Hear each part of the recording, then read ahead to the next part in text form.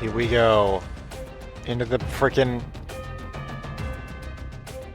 February 29th, 2024 balance updates. This is the Xmen, Avengers versus Xmen update. Here we go. There's a lot to cover, so let's just cover each one. Here we go. I mentioned a little bit in the prior video. Sorry if there's some overlap, but just in case people haven't seen that. And just to keep this game honest, I'm gonna freaking record this and how these cards really were. Because these companies, I'm not accusing them of doing this, but some companies literally try to fake news and act like the game was better, way better, acting like it's the end state of the game when the beginning of the state of the game was different. So I'm just gonna keep them honest here. We've enjoyed a diverse, also I love the growth of card games like this for balance, so I really like to see this. We've enjoyed a diverse metagame in February, with every week featuring more than 10 decks above a 50% win rate, but none of those decks crossing any of our balance thresholds. Really? They're saying there's a bull crud! Bull crud! Bull crud! I just saw, one of the people that I played against, I don't think I have his permission to shout his name, but I played against him several times. He's an Infinity Grade player. And, no, I've also seen a different dude, too, who was doing it.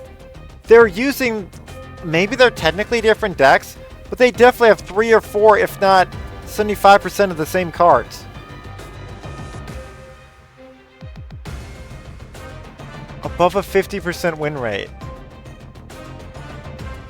Okay, they're probably right about that. The win rate is higher, but is it actually being used in Infinity Conquest and Infinity Ladder Climb? Regular play button one. Anyway, I'm getting triggered already. It's actually kind of incredible. See, this is what I'm talking about, keeping these companies honest. Like, come on now. You think game balance is good. Right now, it's awful. It's literally use Hulk set and Planet Hulk set and Thanos set to win. Whoever has more of those cards essentially will win. Although you do need your classics like Little Jeffy the Shark too. And a few other things. Like, they are using other cards as well. It's not full those sets, but it's a good chunk. I was watching some Infinity gameplay. And yeah, literally, and also my personal playing, which I'm going to upload soon. My personal playing from the 100 sub special.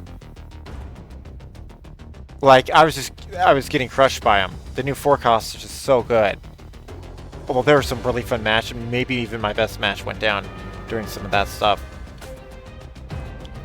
Okay, let's try not to make this too long, but my goodness, the triggering. I gotta try to keep them honest here, at least from my opinion. Here we go. I would love to hear you guys' opinion on that. Does it really feel like it is in the higher leagues? Like, consistent Infinity League people in Conquest? And then people who are just like really new to the game? Does it feel like that? It's actually kind of incredible. Their words. As we expected, EBB and flow across those numbers to occur naturally. What the heck is EBB? I hate when they speak in technical terms. Although it's cool. It's cool for people that know the terms. Other card games might stand pat here, as long as they could. But we managed Marvel Snap a little differently.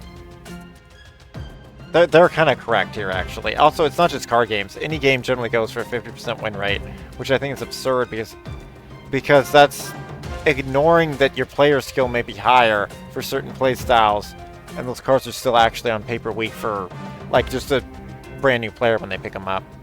We believe a core part of our fun is solving a metagame that's on the move every week and exploring revisions to existing cards. That means we'll pursue change for its own sake occasionally. This week is such a case. Oh, my poor G-Force needs to update. Oh no, well, I'll do that after this video. Because yeah, if I play, well, it might matter for Snap, but definitely for other games that could matter. It doesn't work everything out, but it hasn't done that on the newer Windows here.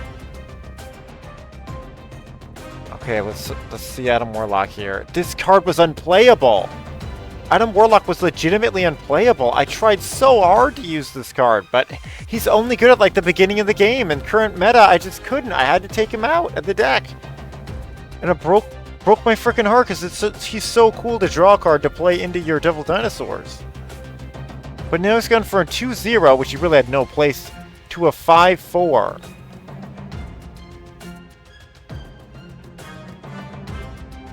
How does this help? Although I see what they're doing with this, because you can have a strong 4-power play, and then you'll probably be winning, so then you can put him down. Let's see what they say, because I'm not seeing this actually as helpful. I feel like people are still not going to use them. Whenever we're developing an OTA, we always check in on cards that have been languishing, which has included Adam Warlock for quite some time. Yeah, I probably have video of that. We want every card to succeed somewhere, but Adam Warlock is a special case given how powerful the character is creatively. And make no mistake, this effect is very powerful. Drawing a card is one of the strongest things you can do in Snap, as decks are only 12 cards. Consequently, the card is designed to make that fairly difficult to do. We've considered reworking Adam Warlock like Spider-Man 2099 last time. We're going to try... Wait, what? We did change Spider-Man 29. I can't... What are they talking about? Let's look at this. I can bring up my cards when I move. Deck. Oh, here's the regular song. I guess if I can see it all. Where's his deck? There we go. Oh my goodness. Ah!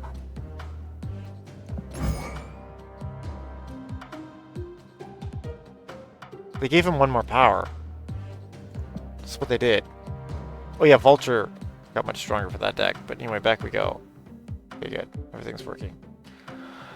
So to be sure, I don't accidentally blind you guys by switching screens badly. Okay, Spider-Man 2099 last time. So that's a +1 power increase they're talking about. We're going to try something else first. As a 2-cost card, Adam needs to be dramatically more limited because even 1 power could help draw multiple cards. As a 5-4, you have to jump through more hoops to accomplish that. That said, drawing 1 card is a fair bit easier as Adam carries a chunk of power to complete for the location. That's why we're staying conservative on power here. The effect isn't one we want to make commonplace for a lot of decks, especially given it can fuel combo decks. But if you want to work for it, there are cards to be drawn, and maybe this is enough to get it done. You know what I'm thinking here?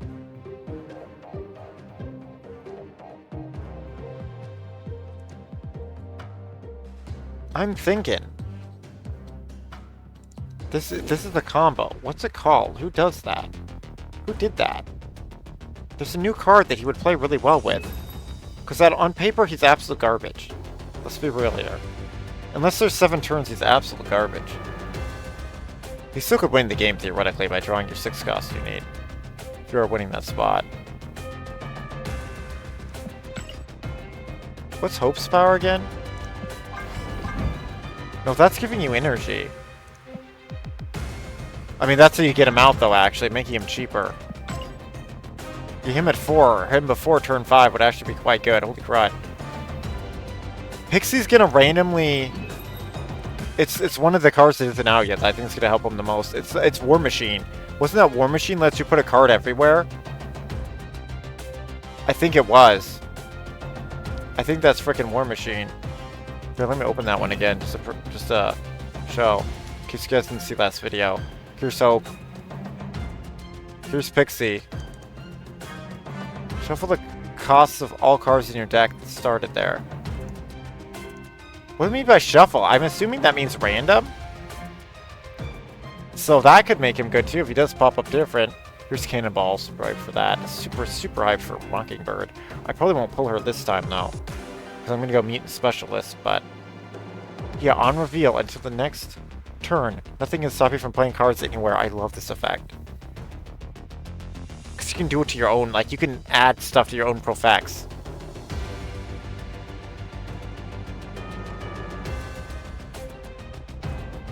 But yeah, it's War Machine. You have him in a deck with War Machine. And then you can play Adam Warlock on top of their Profex to make him instantly be locked in and winning, drawing you cards. That's crazy great. That's crazy great. You could alternatively gain mana, and or just, actually, he's a 5/4. You could just play him in the same zone that you think they're putting the Profex too. Instant lock-in of you drawing cards. Yeah, and then unless they move Mr. Jeffrey over, which then, Mr. Jeffrey the Land Shark, which then at that point, you'll just tie. But if you have any other way to buff your zones, which they might too, they're running Profex. It has a play, though. It has a play. Interesting.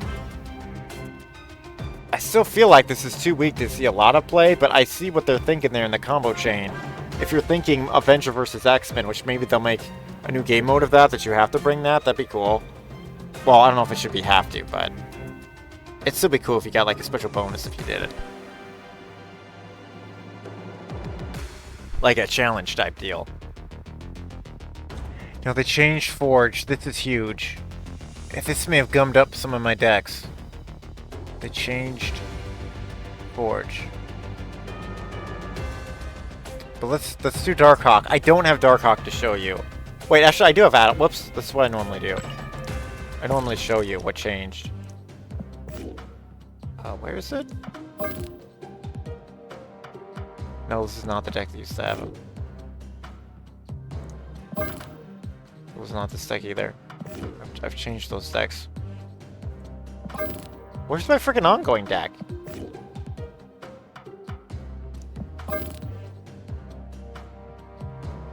Yeah, Forge is 2/2 now. Oh my goodness, it...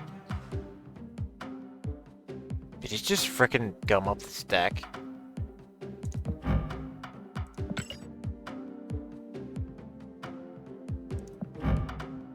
Your 1-cost cards have +1 power. It gummed up the deck. Oh no. Forge may have to leave this deck. That is heartbreaking. Oh, but they just buffed Ant-Man!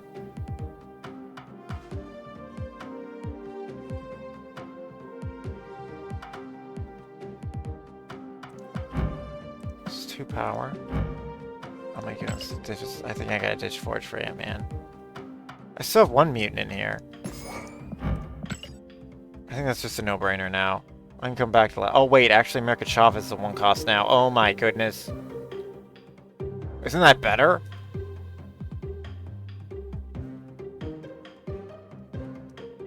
America Chavez was already one of the best cards in the game. She kind of is Forge. That's why they did the change, because she kind of is Forge, just in a different way. No, let's keep the spirit going. Put America in back here. Dang, it's so goofy to not have Ant-Man when it's that powerful. Ugh. Whatever. Whatever, man. Like, we could ditch Hood, too, but... I mean, why is Wasp in here? Besides the fact she's completely awesome. But she was so key to powering a Pit Monkey, though, so I don't want to remove her. Let's just add America Chavez. That's the same idea, essentially. So we lost something to gain something. Anyway, whatever. I'm just searching for him. I don't know. Oh, negative energy. That's it. He used to... yeah, I removed him for... Adam... I removed Adam Warlock for... Look, I have this super cool one. I was so sad I couldn't really use it that well. Maybe now I can. For each turn, draw a card if you're winning here. It's the same ability. The Alexi... Briscoe? Briscalot? It's probably silent, the T here. Briscoe? I'm not sure. Alexia, I'd have to know what country he's from. And ethnicity. I do apologize if I absolutely butchered his name. Like, really horribly butchered. But here's Ravonna Renslayer. She actually helped me win a game once, which is shocking, but like, it can actually happen.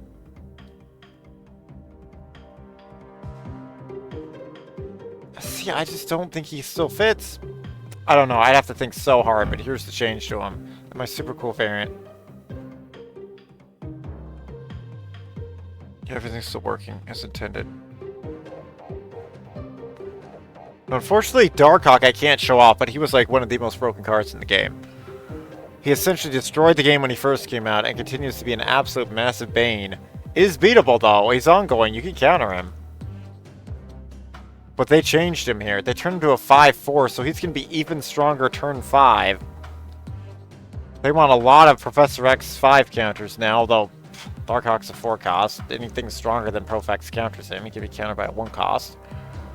But they probably have a deck to support him, so let's see why they made this change.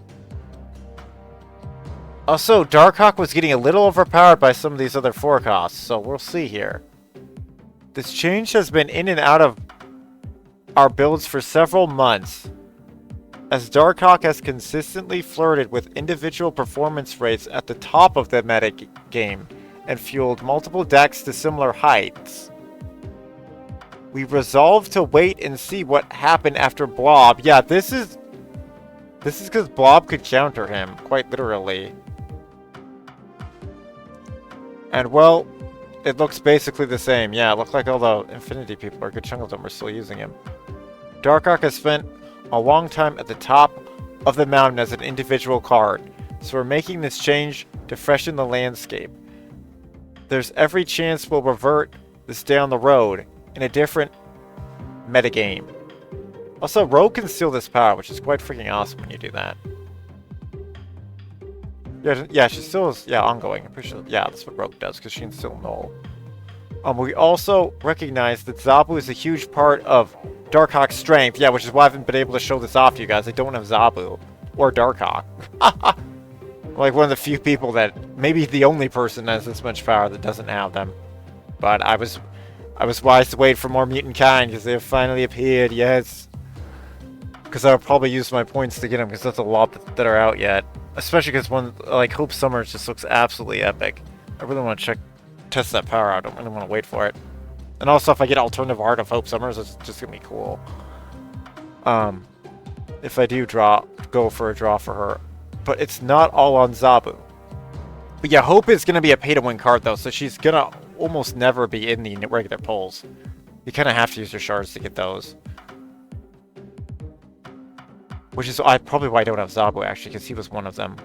Yeah, if I recall, yeah.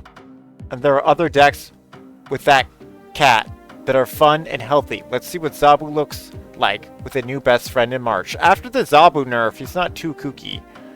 Here's the Forge change. I just showed you Forge. But I'll show him again. Forge is still probably in... I mean, he should maybe be in this deck, but I'm just running other people just because I can. Oh no, Forge isn't in here. I took him out for Daredevil.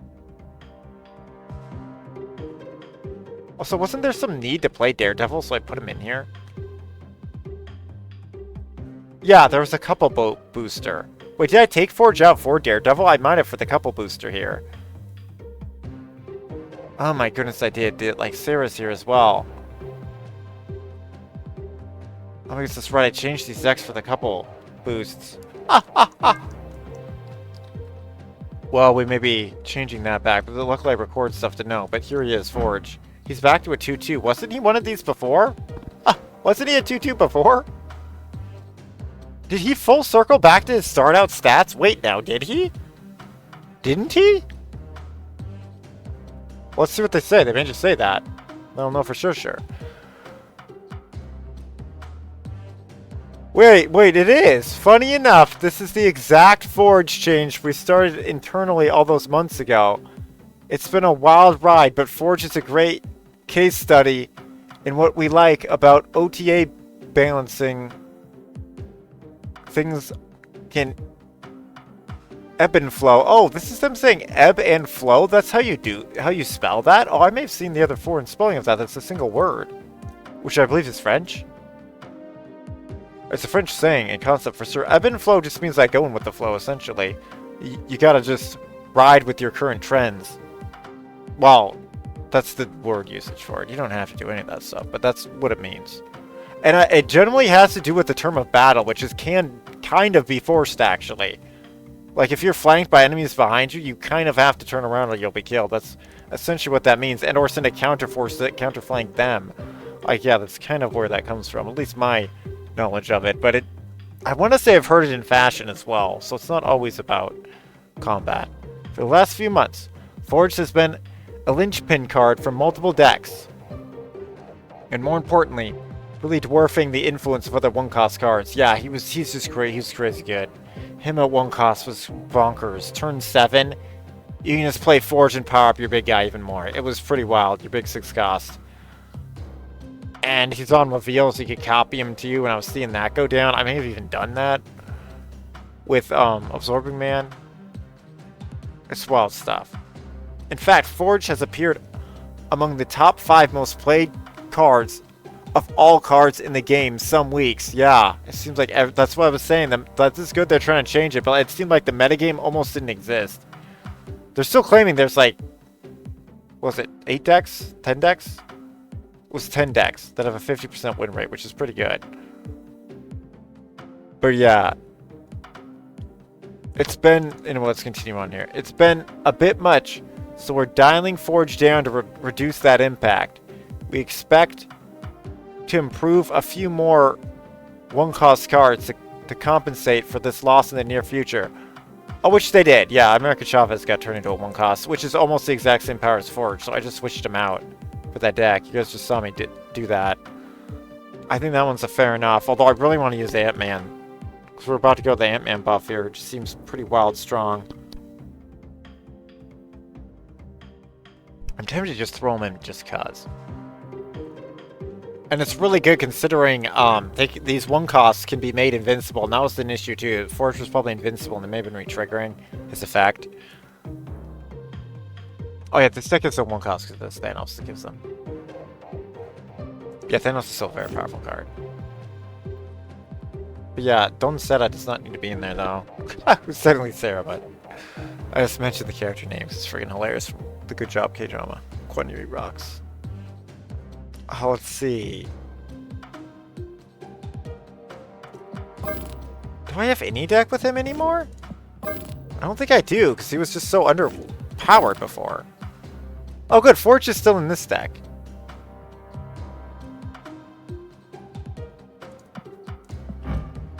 Wait, why I'm not...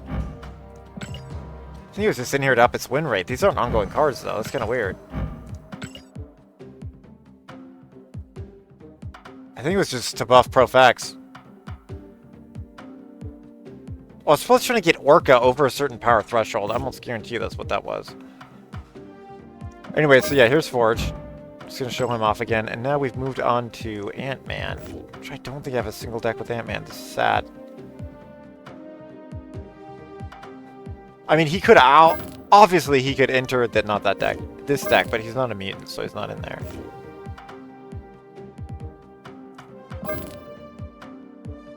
He could go in here, theoretically.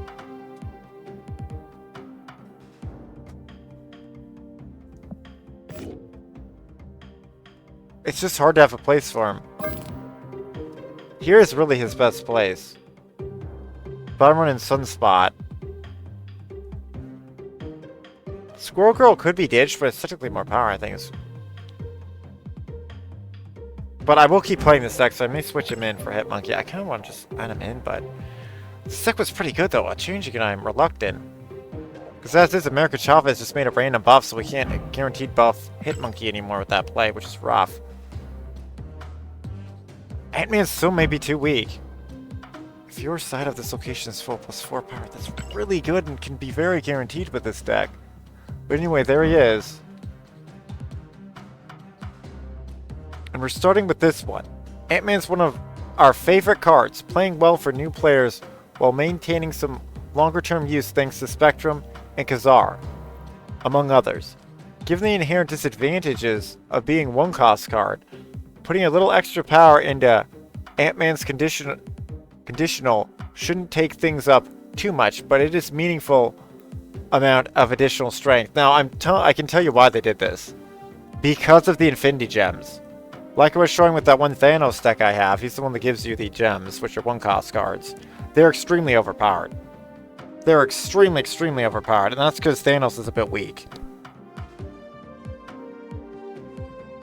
But like essentially, you don't even have to play Thanos, and you just get incredibly OP cards. The gems are like a little ridiculous, and I don't know if they're the best thing for the game, but they're very fun to play and use. But yeah, they just need to ramp up these one costs, although Sunspot's plenty strong enough. And Kitty Pryde and Nebula. But yeah, these other ones, they need to boost them up. Hood might technically be okay too. But yeah, they need to boost them up, and they're trying to by having America Chavez go to 1, because some people may even use no 1 cost, but I think that's because a lot of people have Thanos. Oh, very nice. They're talking about America Chavez. Here's America Chavez. She was indeed powered up. And changed.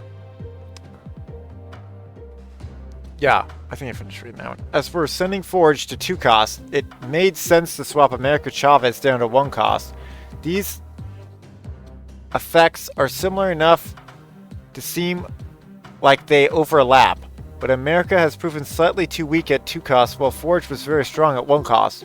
Both changes together should leave with 2 reasonably healthy cards.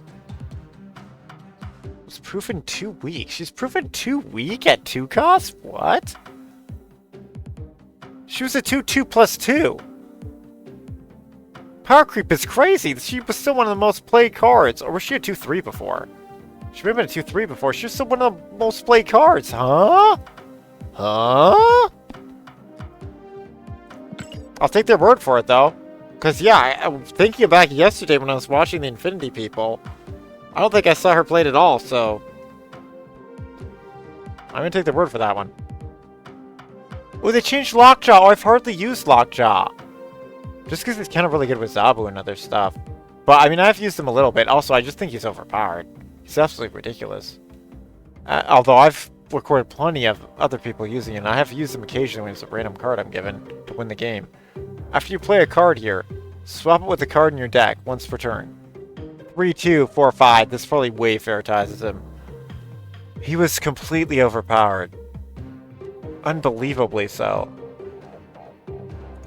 I don't have a deck of him, so let's just look for him. I just got the cool Venomized him, too. So you know what? Spam up. I don't like having great cards. Frame break. He got buffed. 4/5. Same ability. After you play a card here, swap it with a card in your deck. That's very neat. I'm liking that.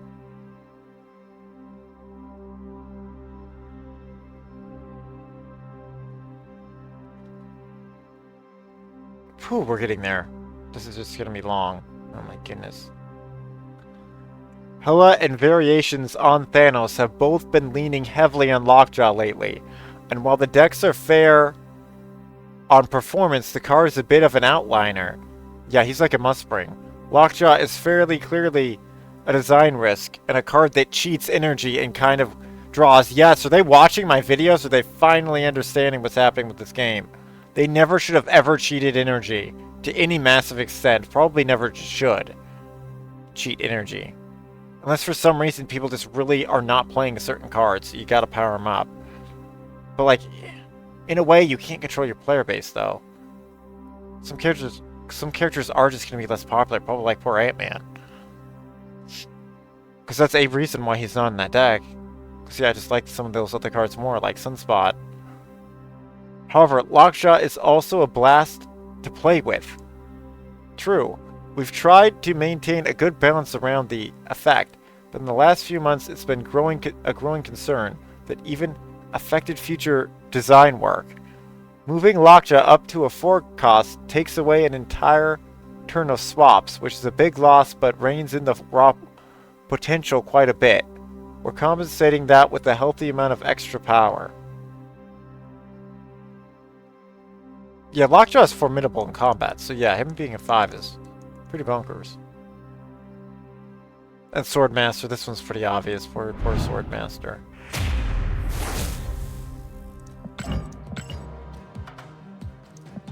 Let's go to my discard deck. Oh yeah, I had Dracula. Didn't I play this with the Dracula avatar? Your old nemesis? I'm not sure. Anywho.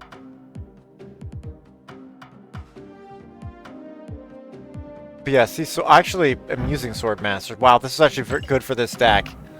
This was good for this deck. Swordmaster just got buffed because I don't have the cheesy other cards. Oh yeah, thank you, devs. This is actually one of the rare ones. It's Virgilio Ambrosio and Ryan Kennard. If I said that right. This is one of my favorite decks, that discard deck. Super thrilled to see Swordmaster get buffed here. It's fairly clear that our simpler discard enablers struggle to maintain struggle to remain competitive, excuse me, as we've made many strong options in recent seasons. However, even in smaller collections, Swordmaster is struggling to become a reliable option, which is indicative that the card could improve. This buff makes Swordmaster a more reasonable substitute or complementary card in discard decks looking for robust amounts of power. And can't I show you his like legitimate replacement right now? Yes, it's freaking Proxima Midnight. So yeah, they made him match Proxima's power. That's very good. Proxima's giving up now to something to have his power. But yeah, these two aren't played at all anymore. It's the frickin' new discard cards they're playing over them. I'm still using them because I don't have those cards. They're Black Order Thanos ones. Kind of pay to get, but not entirely. Okay, that was him. Vulture. I'm not using Vulture. Let's go over to a move deck. Vulture could easily be just instantly thrown into this deck, although he plays better with the Ghost Spider, which I don't have, and, no, I do have Human Torch here. Oh, that's right, I added Human Torch for a couple buff, didn't I? I did. This deck got changed, because Scarlet Witch is here. I went for a couple buffs. Actually, why wasn't Iron Fist actually in a couple buffs? It's a little weird. No, I think I'm just running Iron Fist because he plays at multiple mana, that's right. I think that changed forever ago. Vulture, I may consider adding Vulture into this deck. What was here before Scarlet Witch? Oh, it was, Hulkbuster. You know what? The couple effects are over. Throw them in. Let's just see how it does. I still got mutants. Yeah, Cloak's still in here. Good. Because I don't have Ghost Spider. If I had Ghost Spider, it would probably be her over Vulture, but I don't. We'll see, though. I may get her later. If she is by a mutant. With the unlocks. Give it +5 power, +6 power, yeah. This move decks needed something more. They were being completely demolished after these nerfs to Hulkbuster. It was absolutely brutal. This increase to Vulture's move ability is another instance of an ongoing trend we're enjoying, which is adding a little bit of strength to some older cards that have narrowed as the game grows. There was a time when playing Vulture was nearly synonymous with playing a move deck, but that hasn't been the case for a while now, with Shang-Chi now eliminating cards with 10 or more power. Yeah, because Shang-Chi's a must bring. It's so silly. Single move Vultures are also safe at 9 power, which is a nice bonus for players trying to set up something like Heimdall. So this deck, essentially, my deck here, I'm the kind of off deck, that's why you might play Vulture. So let's see how it actually plays out. And he can buff into Cloak, he can buff into Iron Fist, he can be moved with this, he can be moved with Strange. Yeah, this looks like a deck that can play him, and then Silk can be taken out for Ghost Spider to keep moving him as well. But I really like Silk as a character. She's super cool. Especially the Inhealed Bleed one. Which is going to be gettable in a few weeks here. Did we finally get through the gauntlet with you guys? We did. That's all for this week. Happy snapping. Woo! What a gauntlet of stuff. I still feel bad not using Ant-Man. Should I just use Ant-Man just cuz? But like I'm ditching mutants though. We could ditch Hood. But the demon is so freaking good. I don't like it though. But I kind of want to play this America Chavez first. Looks like it's going to be more rando. No, she can't buff the demon. No, that's an issue. She can't buff the demon. That's what Forge was doing. Oh, but I have the demon for Iron Man. It's just so goofy to not run it with Iron Man. It's just so goofy to not run it with Iron Man. Yeah, this deck is going to get weaker. That's a shame.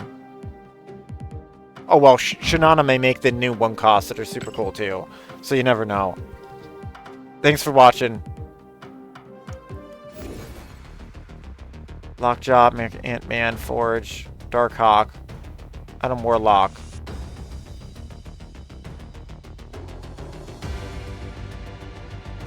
Let's give Adam Warlock the shout out, because he really just drastically changed. I want to find a way to play him, but I'm going to have to think about it. And it may need a totally different deck. It's going to need, like... Obviously not this deck.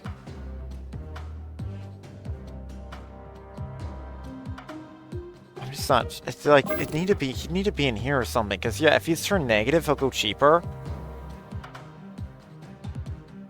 But, like, yeah, you could take out Mr. Negative and also try this. Or Moon Girl. Should I take out Moon Girl? Moon Girl can win the freaking game, though. She copies right. You know what? Let's just take out Moon Girl, because The problem is he's not ongoing. He can't be buffed by Mystique. But neither could Moon Girl. Let's just do it for now. No, he's a 1... Yeah, he's 1 mana higher, but, like, we can just be playing Mr. Negative to try to get him a turn 4. The problem is he was made cheaper with Ravonna Renslayer. Now he's not, but like I would just play Ravonna over him anyway, so it didn't really matter. Let's just YOLO add him in.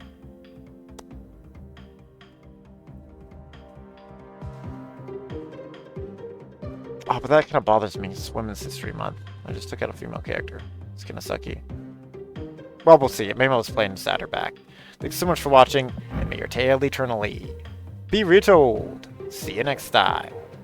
Stay mutant strong, stay marvelous. Shout out to the buffs, at least they're trying with this game. I'll see how it feels. Later.